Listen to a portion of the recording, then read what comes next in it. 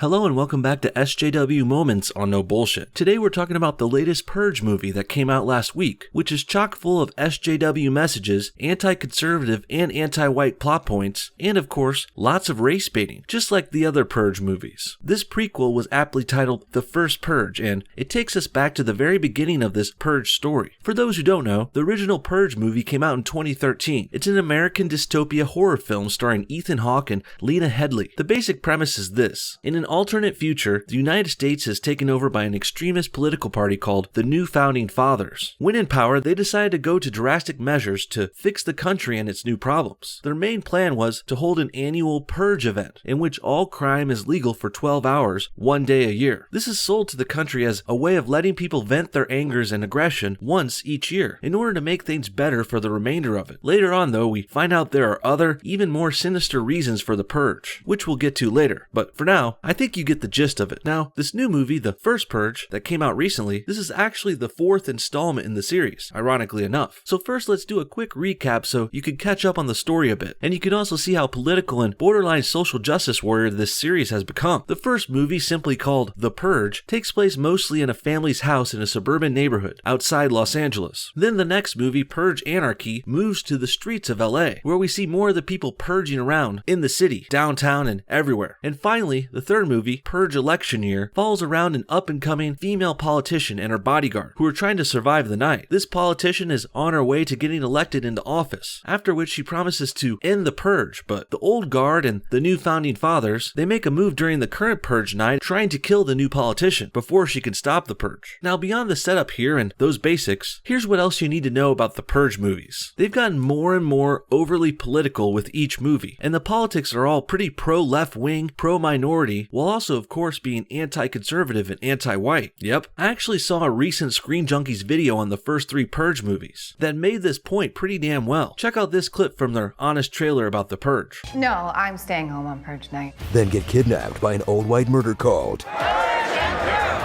and are rescued by a POC ex machina. Fuck the Purge! Rifle! Come with us.